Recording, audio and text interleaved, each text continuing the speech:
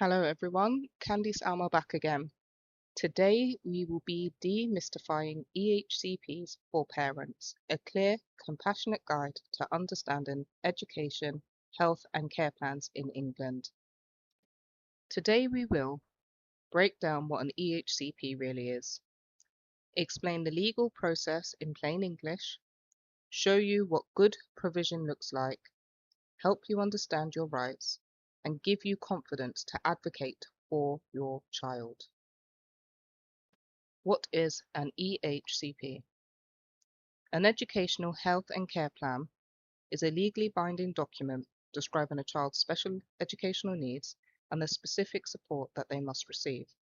The key points: for children and young people aged 0 to 25, replaces the old Statements of SEN, designed for children whose needs cannot be met by SEN support alone. This covers education, health, and social care needs. What an EHCP is not. It's not a diagnosis. You do not need one to apply. It's not only for severe needs. It's not a quick fix, not optional. Once issued, it must be delivered. Who can request an EHCP? Anyone involved in a child's life can request an assessment, and this includes parents and carers, school and SENCOs, health professionals, the young person themselves, aged 16 to 25. You do not need the school's permission to apply. How to request an EHC needs assessment. Step 1. Write to your local authority SEND department and include your child's needs, their current support, why SEND support is not enough, evidence such as reports, observations, and examples. Parents often use the IPSEA model letter. The link to this will be listed. We're going to take a look at the statutory EHCP timeline. The law says the process must take no more than 20 weeks from the request to final plan. The key deadlines: week 6, the LA decides whether to assess. Week 7 to 16, assessments and reports are gathered. By week 16, the draft EHCP is issued. With week 16 to 18, parents have 15 days to respond, and by week 20, the final EHCP is issued. Many parents can experience delays beyond 20 weeks. What happens during the assessment? The LA local authority gathers professional input, which may include educational psychology, pediatric and medical reports, speech and language therapy, occupational therapy, social care, school observations. Parents also submit a parental view statement. Your lived experience also matters. Will the LA issue an EHCP? By week 16, the LA decides whether to issue a plan. They may say yes and draft plan is created. They may say no, but you can appeal. The IPSEA supports this. Again, the link will be listed later. Let's look at the sections and help you understand the EHCP sections. A strong EHCP has clear, specific, measurable detail. The key sections include Section A, the child's views, interests, and aspirations. Section B, special educational needs. Section C, health needs. Section D, social care needs. Section F, educational provision. This is legally enforceable. Section G, health provision. Section H, social care provision. Section I, school placement. Section J, personal budget.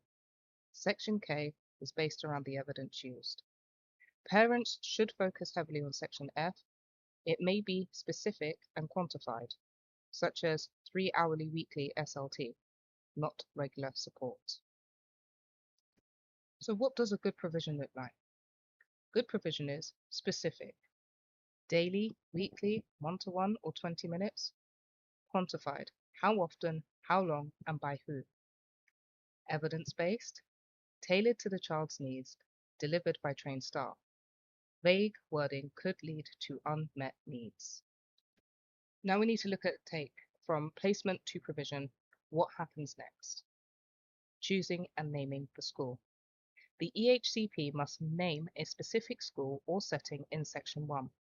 Parents can request mainstream school with SEND support, specialist school for complex needs, an independent or non-maintained school if suitable and efficient. The local authority must agree unless the placement is unsuitable or insufficient use of resources. The transition to implementation. Once the EHCP is issued, the school has 4 weeks to start delivering the provision in Section F. The SENCO coordinates staff, therapists and timetables to ensure the support begins promptly. Parents should receive confirmation of how the provision will be delivered. For example, timetable, staff names, therapy schedules. Continuing on from our previous slide, placement to provision, monitoring and communication. Keep regular contact with the SENCO and the class teacher.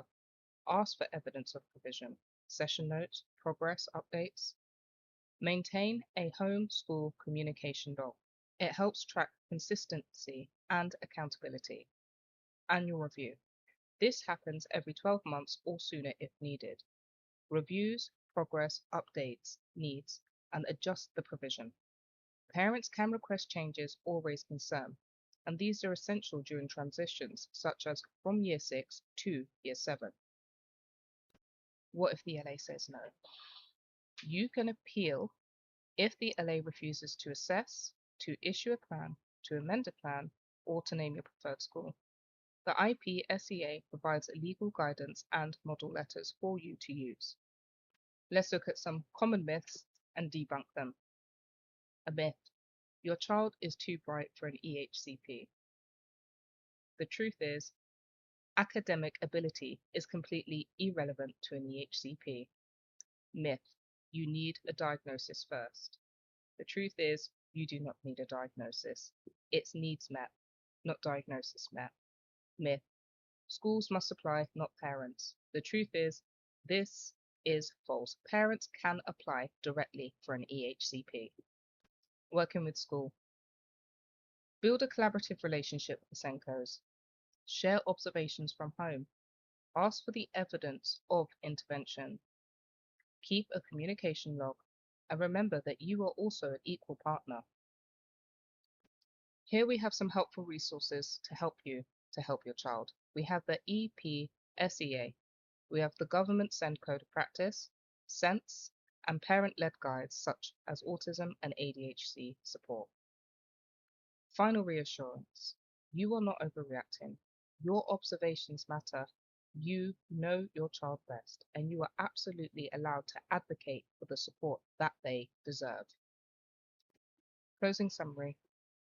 Understanding the EHCP process empowers parents to become more confident advocates for their children.